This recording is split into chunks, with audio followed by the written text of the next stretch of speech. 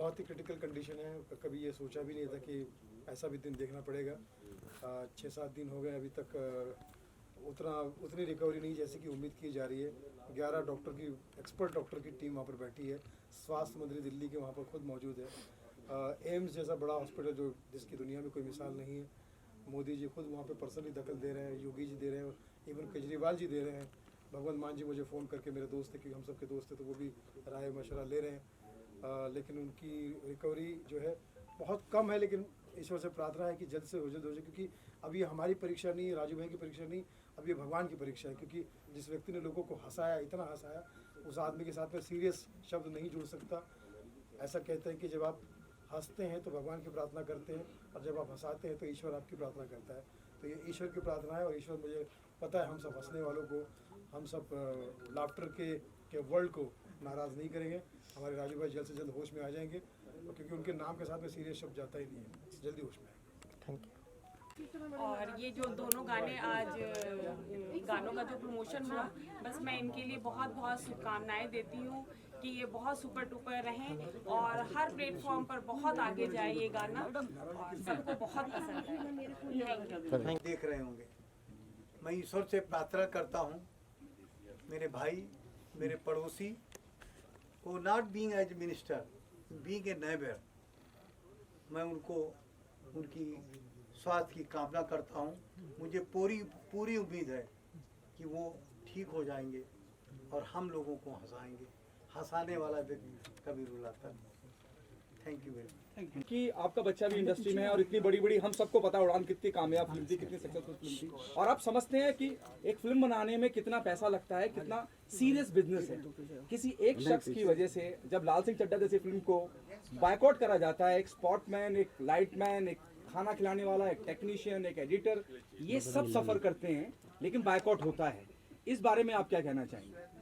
मुझे लगता है कि जब भी कोई, मैंने कहा कि पिक्चर या फिल्म ये हमारे समाज का आईना है, इससे ही हम देखते हैं। अकेला हीरो बाद में पिटते पिटते सबको मारता है, यानी बुराइयों के ऊपर अच्छाइयों को दिखाया जाता है। और टेक्नीशियन या उनको मैं सबको बधाई देता हूँ कि कितनी बढ़िया टेक्नीशियन सब करते हैं। लेकिन जहाँ तक पिक्चर का सवाल है, वो पसंद करता है व्यूअर के ऊपर, जो लोग देखते हैं। अब उनके पसंद का नहीं हुआ तो उनकी जबरदस्ती तो नहीं कर सकते। यकीनन, लेकिन किसी एक आदमी की वजह से अगर जनता नाराज है, लेकिन बाकी लोग भी उसमें पिसते हैं। जैसे मैंने पहले भी कहा, टेक्नीशियन होते हैं, एडिटर होते हैं, आप फिल्म मेकिंग समझते हैं सर, तो ये कितना सही और वाजिब होता है? मेरा फिर यही कहना है कि जब सेंसर बोर्ड में पिक्चर जाती है तभी फैसला होना चाहिए क्या गलत है क्या सही है, जिससे वो सुधार ले। और सुधारने के बाद जब पिक्चर आएगी तो ये स्थिति नहीं आएगी। अच्छा, आखिरी सेंसर बोर्ड में कभी कोई डायरेक्टर कोई ये अपने को यहाँ वहाँ से मिल करके किसी तरह पास कर दो, अगर वो करा लेता है तो यही मुसीबत होती है।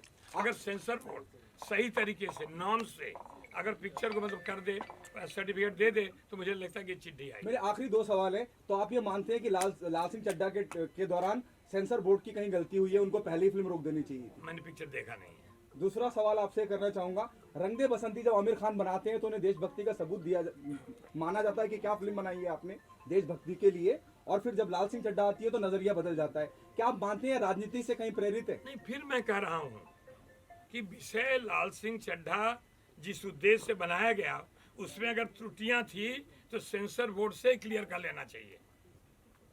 क्योंकि आमिर खान एक हमारा पिक्चर का, एक देश का हमारा मतलब ये है, मैं क्या कहते हैं, हमारी मतलब संपत्ति है। इसलिए आमिर खान हो या सलमान खान हो या अक्षय कुमार हो, वो व्यक्ति जब रोल करता है, जिसका रोल करता है वही होता है। लोग उसको नहीं देखते हैं। आज तक दिलीप कुमार का नाम बहुतों को नहीं पता है। ये हमारा हिंदुस्तान ऐसा है, ये रंग दे बसंती ऐसा नहीं है, ये हमारी फुलवाड़ी है। इस फुलवाड़ी में हर ढंग के फूल होते हैं, इसीलिए एकता अनेकता में एकता है, ये हिंदुस्तान का कल्चर है। इसलिए मेरा यही कहना है इस बारे में कि फिल्म सर्टिफिकेट देने के पहले सेंसर बोर्ड से पूरी क्लियरिटी होनी चाहिए, जिससे आने वाले समय में एक विरोध करे, दूसरा सपोर्ट करे, ये ठीक नहीं है। और विजय वर्मा जी ने 2 गाने बनाए, हमने देखे भी। मुझे ऐसा लगता है, बीइंग अ जर्नलिस्ट, जब आप परेड का इस्तेमाल कर रहे हैं, आप दिखा रहे हैं देशभक्ति की भावना है, कहीं शहादत भी हुई है, कोई पत्नी, कोई माँ अपने बच्चे से या पति से लिपट के रो रही है, उसका हम बड़ा मार्मिक लगता है, बड़ा जज्बाती हो जाते हैं। इस पूरे गानों को लेकर आप क्या कहना चाहेंगे, कितनी देशभक्ति का पैगाम जाता है, और क्या ये सब शूट करके यूज करने के लिए हमने परमिशन ली थी? विजय जी, दो शहीद जवान के परिवार को कृपा शंकर अपना परिवार समझ के बच्चों को पढ़ा रहा है। मैं नाम नहीं बताना चाहूँगा, लेकिन इतना कहूँगा कि हिंदुस्तान के हर लोग जो शहीद होते हैं, उनकी पत्नियां, उनके बच्चे, उनके माँ, उनके बाप के साथ ऐसा लिपट कर रहना चाहिए कि तुम्हारा बेटा तो नहीं दे सकता हूँ, मुझे बेटा समझो, मैं आपके साथ रहूँगा। ये मेरी अपील है, आपके माध्यम से अपील है। दो जो शहीदों का गर्दन काटा गया उस समय बात कर रहा हूँ। मैंने मुंबई बुलाया, मुंबई के समाज के बहुत सारे लोग थे, आपके सारे लोग थे। मैंने अडॉप्ट किया, 2 बच्चे पढ़ रहे हैं, एक बच्चा आज 9वीं में पढ़ रहा है, एक बच्चा 11वीं टॉप कर रहा है, उसको मैंने डॉक्टर बनना है। लेकिन हम नाम इसलिए नहीं बताना चाहते कि हम वो हमारे देश के लिए शहीद हुए हैं, वो हमारा जवान है, हमारा राष्ट्र की संपत्ति है। इसलिए मेरी अपील है कि सब लोग इस ढंग से, सरकार जो करती करे, लेकिन कम से कम हिंदुस्तानी लोग जो हैं उसमें शामिल हों, उस पत्नी के साथ उस बच्चे को उसके देख रेख में जो कर सकें करना चाहिए। धन्यवाद, जय हिंद। विजय जी, आपके लिए कितने गौरव की बात है जब कृपा शंकर जी साथ मौजूद हैं और आपके काम को सराहते हैं? ये बहुत बड़े गौरव की बात है। और जब आप कुछ देश के लिए करते हो, सोचते हो, जैसे हम लोग सीमा पे नहीं जा सकते, लड़ नहीं सकते, बट हम एक आईना है अपने देश का, तो वो चीज़ें दिखा सकते, जो उनका दर्द है वो पर्दे के जरिए ला सकते हैं। तो मैंने कोशिश की है, बाकी आप लोग उसका डिसीजन करेंगे कैसा है क्या है। सेन सर, आप क्या कहना चाहेंगे? भाई देखिए, मैंने दोनों एल्बम देखी, दोनों प्यारी अपनी अपनी जगह पे है। और मैं खास करके कहूँगा कि ये हिंदुस्तान में जैसे कृपा भैया आए हैं, विजय जी ने जो मेहनत की, उनके भाई साहब ने इनके साथ मेहनत की, वसीम जी ने और नजमा जी ने जो मेहनत की, और आज ये आप लोग जो इतने लोग आए हो मीडिया के लोग, तो मैं समझता हूँ कि ये जो भावना है देशभक्ति की, ये हमें समय समय पर फिल्मों में भी गाना, हर फिल्म में गाना एक ऐसा होना चाहिए कि देशभक्ति से जुड़ा हुआ हो। क्योंकि आज हम लोग सिर्फ कहने के लिए कह देते 15 अगस्त या 26 जनवरी को याद करते हैं, पर उसके बाद हम सब भूल जाते हैं। मगर ऐसा नहीं होना चाहिए। जैसे भैया ने कहा कि जैसे इन्होंने 2 परिवारों को या एक परिवार को अडॉप्ट करके उन बच्चों को सपोर्ट कर रहे हैं, तो हम लोगों का फर्ज बनता है कि हम ये चीज़ें देखने के बाद में ये प्रेरणा लेनी चाहिए कि कहीं ना कहीं हमसे जैसी भी हमारी श्रद्धा हो या जो हमारी हैसियत हो, उस हिसाब से इनकी सेवा करनी चाहिए। कृपा जी, आपसे जानना चाहेंगे, दूसरा गाना आपने देखा धोखा, कैसा लगा, और क्या कभी आपके साथ कोई धोखा हुआ है? मैंने कहा ईश्वर के अलावा आई कहीं भी मन लगाओगे धोखा ही मिलेगा।